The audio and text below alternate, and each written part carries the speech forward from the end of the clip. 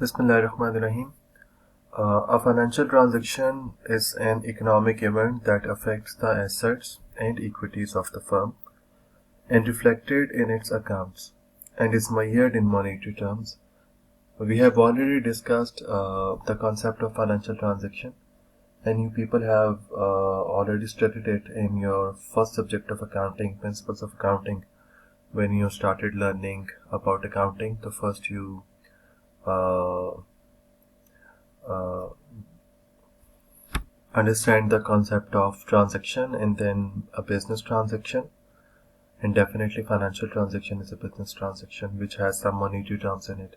This is not necessary that it should involve money in it, but it should have some monetary implications on it, जिसे हम कहते हैं credit transaction. तो credit transaction में अगर अभी के अभी कैश इन्वॉल्व नहीं है, तो बहरहाल बाद में कैश आपने यहाँ पे करना है या रिसीव करना है, तो वो कैश की टर्म में ही उसको मेजर करते हैं. तो this is called a financial transaction. Similar type of transactions are grouped together into three transactions. So we are talking about financial transactions. Financial transactions को हम तीन कैटेगरीज में accumulate कर लेते हैं, different types of transactions को. तो broadly ये तीन कैटेगरीज हैं और इनको हम साइकिल्स का नाम दे रहे हैं. Expenditure cycle, conversion cycle and revenue cycle. इनके नाम से जाहिर है expenditure cycle is about the expenditure transactions and revenue cycle is about those transactions who are in the reference of revenue, about generating some revenue for the business, either credit or cash.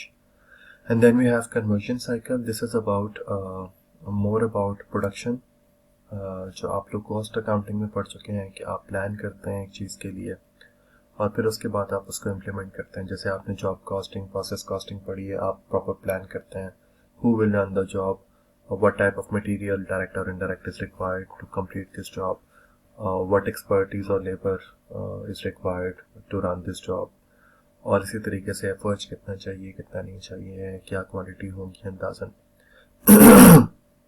तो ये सारी चीज़ें. सो एक phase होता है जब आप plan करते हैं और दूसरा फेज़ होता है जब आप उसको एग्जीक्यूट करते हैं. तो कन्वर्जन साइकिल में हम ये देखेंगे कि प्लानिंग से एग्जीक्यूशन के दरमियान में कितना डिफरेंस है. तो अभी इन तीन साइकिल्स को हम डिटेल में देख लेते हैं.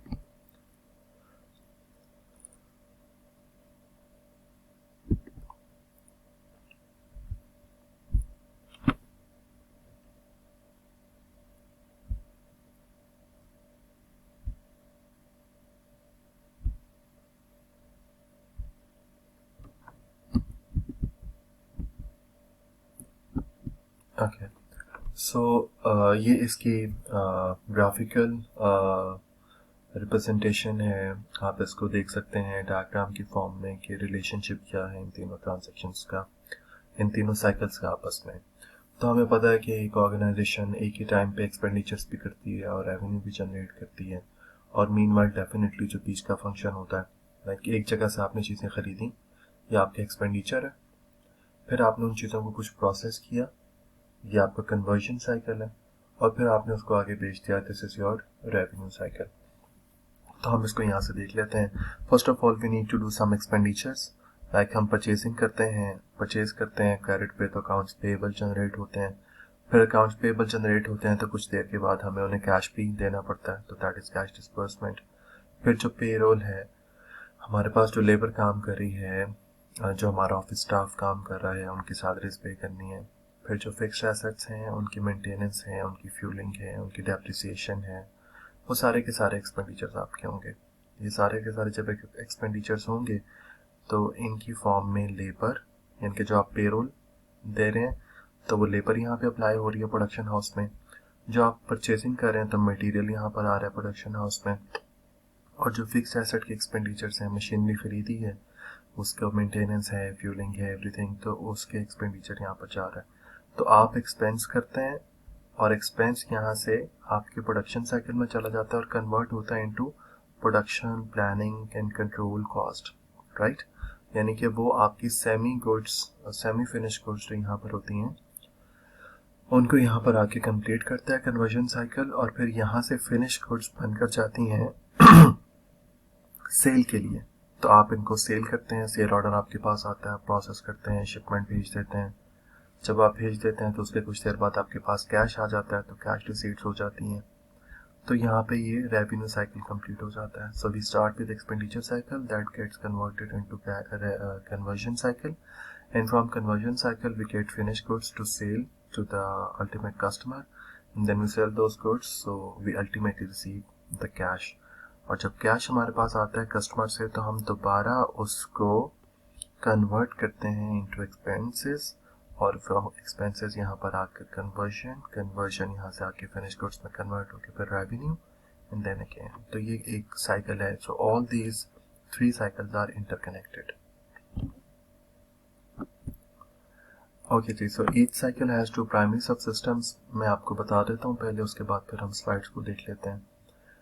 हमने कहा पिछली स्लाइड से हम इसको देख लेते हैं। हमने कहा आप चीज़ें परचेज करेंगे और उसके बाद आप पे करेंगे। तो यूजुअली क्रेडिट परचेज होती है बिजनेस के अंदर। ऐसा नहीं होता कि आप कैश लेके जाएंगे और वो आपको चीज़ें देंगे, मतलब जो आपके रूटीन की आइटम्स हैं, रनिंग आइटम्स हैं। ओके, सो आपने परचेज की और लेट्स से आपने 10 दिन बाद उसकी पेमेंट की। तो ये जो टाइम लैग है ना, चीज़ें आपके पास आने से उनकी पेमेंट करने तक का टाइम, इस टाइम को हम कहते हैं एक्सपेंडिचर साइकिल, राइट। जब आप चीज़ें बेचते हैं तो अगेन आप क्रेडिट पे बेचते हैं, तो चीज़ें बेचते हैं आप आज और 10 दिन बाद लेट्स से आपके पास पैसे आते हैं, ठीक है, या 8 दिन बाद पैसे आते हैं। तो आज आपने चीज़ें बेची और 8 दिन बाद आपके पास उसके पैसे आए, तो चीज़ें बेचने से उनकी रिकवरी मिलने तक ये जो इस दौरान का टाइम पीरियड है, इसको हम कहते हैं रेवेन्यू साइकिल, ठीक है। एंड कन्वर्जन साइकिल उसकी प्लानिंग से लेके उसकी एग्जीक्यूशन के दरमियान का जो डिफरेंस है, बल्कि डिफरेंस नहीं है, ये ऑन गोइंग प्रोसेस है। उसकी प्लानिंग से उसके कन्वर्जन फाइनल प्रोडक्ट के बनने तक, इस सारे प्रोसेस को लाइक इन तीनों चीज़ों, लेबर, मटेरियल, एफर्ट्स के यहाँ आने और इसको कन्वर्ट करना फिनिश गुड्स में, इस सारे टाइम पीरियड को हम कहते हैं कन्वर्जन साइकिल। अब हम इसको देख लेते हैं। ये ज़्यादा प्रिसाइजली यहाँ पे लिखे हैं, एक्सप्लेन मैंने आपको ऑलरेडी कर दिया। Expenditure cycle, time lag between the two due to credit relations with the suppliers. Physical component, हमने परचेजेस कर ली, गुड्स आ गई, फिजिकल कंपोनेंट आ गया। और financial component cash disbursement to the supplier. तो इस टाइम से इस टाइम के दरमियान की जो चीज़ है उसको हम कहते हैं एक्सपेंडिचर साइकिल, ठीक है। तो अब आप यहाँ पे आप फिजिकल कंपोनेंट यानी कि चीज़ें आ गई और फाइनेंशियल कंपोनेंट जब कैश जाएगा।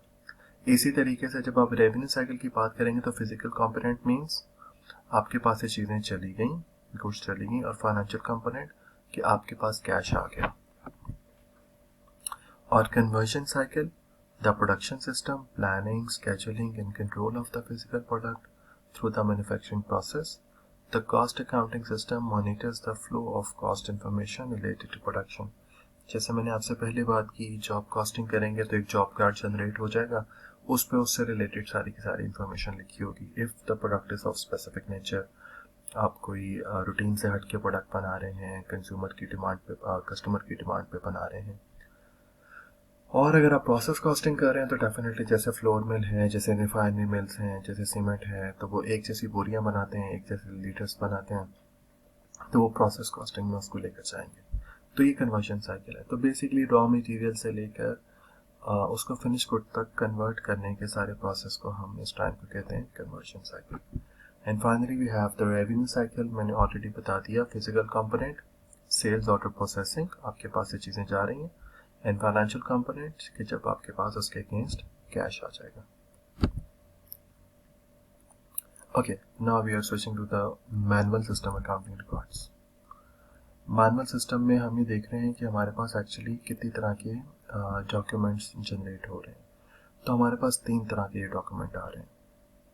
मैनुअल सिस्टम से बता दिया है बेटा कि जब अकाउंटिंग सॉफ्टवेयर में भी आप चीज़ें एंटर कर रहे हो तो आपके पास आएंगी वो किसी न किसी हार्ड फॉर्म में, यानी कि बाहर से आप चीज़ खरीदेंगे तो उसकी इनवॉइस आएगी, तो वो इनवॉइस इज द एविडेंस। उस इनवॉइस के अगेंस्ट आप वाउचर बनाएंगे और उस वाउचर को आप फिर एंटर करेंगे सॉफ्टवेयर के अंदर। तो कुछ ना कुछ मैनुअल सिस्टम होगा बैकअप पर, जिसकी बेस पर आप अकाउंटिंग सॉफ्टवेयर में कुछ चीज़ एंटर करेंगे। आप खुद से सोच के एंटर नहीं करेंगे, या बायर आपका प्रोक्योरमेंट डिपार्टमेंट का परचेजर आपको बताएगा नहीं कि सर ये एंट्री पास करते हैं, मैंने 10,000 की चीज़ें खरीदी आज। आप नहीं करेंगे, आप कहेंगे मुझे इनवॉइस भेजो थ्रू प्रॉपर चैनल, जो चैनल है जिसके जो मैकेनिज्म है इनवॉइस अकाउंट्स डिपार्टमेंट में भेजने का, वो मेरे पास आएगी, मैं उसको देखूंगा, चेक करूंगा, उसके बाद मैं एंट्री पास करूंगा।